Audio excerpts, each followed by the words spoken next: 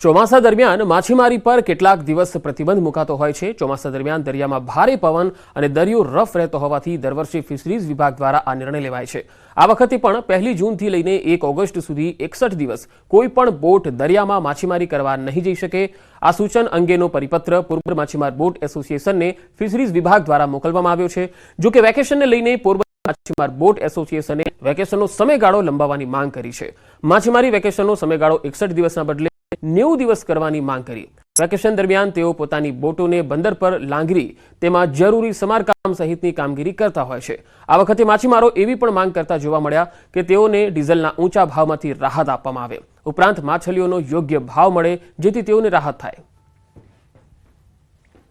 માછીમારોને જે પીરિયડમાં નુકસાન જઈ રહ્યું જેવી કે ખુલતી સિઝન 1 ઓગસ્ટથી ખુલ્લે સિઝન એ દરમિયાન વાવાઝોડા, તોફાન, વરસાદ એ જ્યારે પણ બોટ અમે ફિશિંગમાં મોકલાવીએ અને અમને વોર્નિંગ મળે છે કે ભાઈ તમે તમારી બોટ પરત બોલાવો, બાકી તમારા ઉપર એક્શન લેવામાં આવશે। અને અમે બોટ લાખો રૂપિયાનો ખર્ચો કરી પરત બોલાવીએ છીએ, એનું કોઈ દિવસ અમને સરકારમાંથી વળતર મળતું નથી। 123 વર્ષ પુરાણું જૂનાગઢનું સંગ્રહાલય આજે પણ સોરઠ અને સૌરાષ્ટ્રના વારસા અને વૈભવને ઉજાગર કરે છે। આજે વિશ્વ સંગ્રહાલયના દિવસે જૂનાગઢ સંગ્રહાલયમાં અલગ અલગ હરીફાઈનું આયોજન કરવામાં આવ્યું, જેમાં અનેક લોકોએ ભાગ લીધો। કોઈપણ દેશના સાંસ્કૃતિક વારસાને જાણવા આવા મ્યુઝિયમની ભૂમિકા રહેતી હોય છે। ગત વર્ષે 60 થી 70 હજાર પ્રવાસીઓ આ મ્યુઝિયમની મુલાકાતે આવ્યા હતા।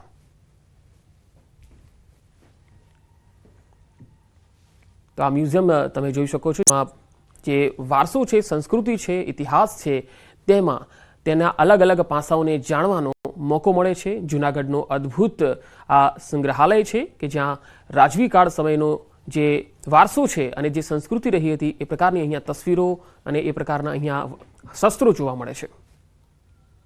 जूनागढ़ म्यूज़ियम ने 3 प्रोग्राम्स का आयोजन किया है। पहला एक प्रोग्राम तो ये है कि take a tour of the Junagadh museum along with the curator and look all the things royal.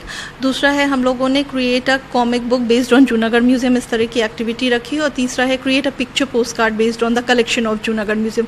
तो ये 3 एक्टिविटीज़ का आयोजन किया है।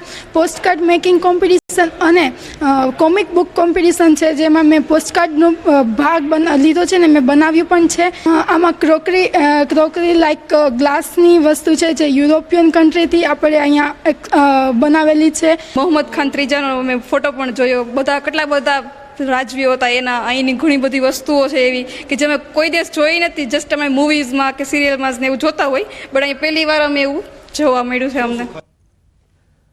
તો આ બુલેટિનમાં અત્યારે આટલું જ। નમસ્કાર।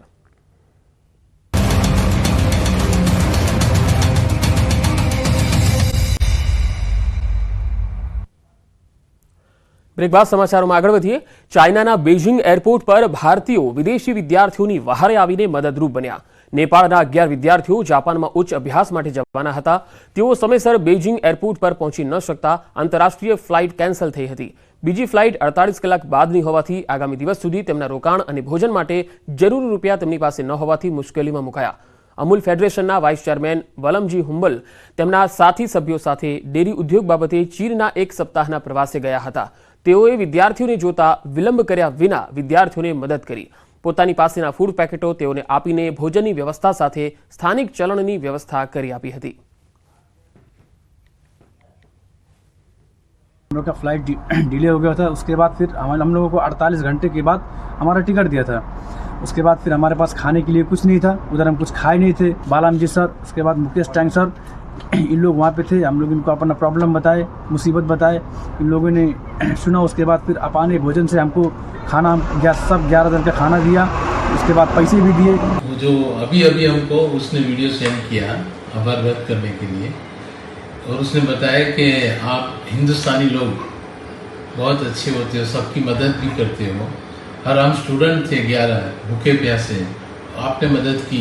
दूसरी फ्लाइट तक उसके पास खाने पीने की कुछ प्रबंध नहीं था। हमने भी सोचा तो उसका पैसा वापस लेने के बजाय उसको मदद करनी चाहिए, तो हमें $100 वहाँ का जो था वो दिया। चलनी नोट हमारे 3-4 हज़ार हमारे पास थी जो भारत की, वो भी दिया। और हमारे पास जो फूड पैकेट थे वो भी हमने सब दे दिए।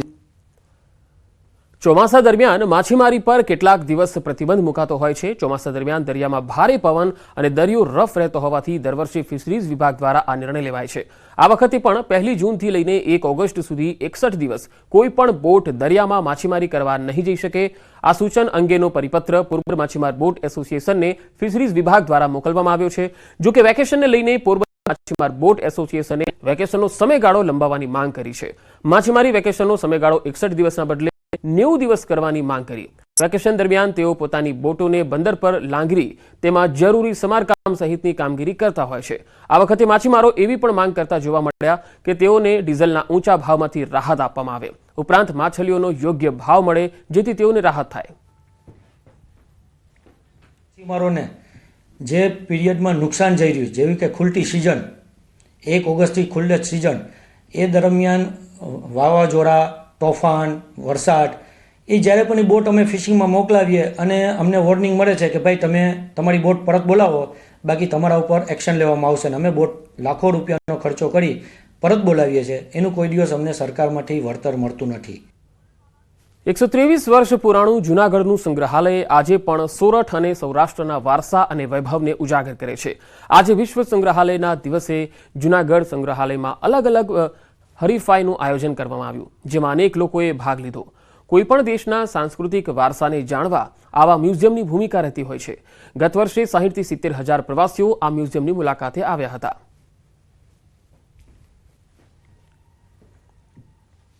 તો આ મ્યુઝિયમ તમે જોઈ શકો છો, જે વારસો છે, સંસ્કૃતિ છે, ઇતિહાસ છે, તેમાં તેના અલગ અલગ પાસાઓને જાણવાનો મોકો મળે છે. જૂનાગઢનો અદ્ભુત આ સંગ્રહાલય છે કે જ્યાં રાજવી કાળ સમયનો જે વારસો છે અને જે સંસ્કૃતિ રહી હતી એ પ્રકારની અહીંયા તસવીરો અને એ પ્રકારના અહીંયા શસ્ત્રો જોવા મળે છે.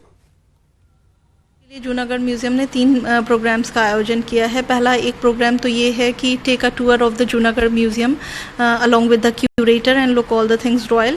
दूसरा है हम लोगों ने create a comic book based on Junagadh museum, इस तरह की एक्टिविटी रखी. और तीसरा है create a picture post card based on the collection of Junagadh museum. तो ये 3 एक्टिविटीज़ का आयोजन किया है. પોસ્ટ કાર્ડ મેકિંગ કોમ્પિટિશન અને કોમિક બુક કોમ્પિટિશન છે, જેમાં મેં પોસ્ટ કાર્ડનો ભાગ લીધો છે ને મેં બનાવ્યું પણ છે.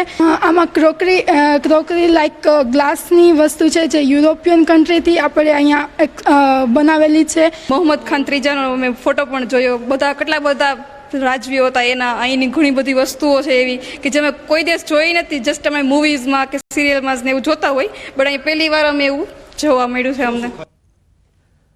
તો આ બુલેટિનમાં અત્યારે આટલું જ. નમસ્કાર.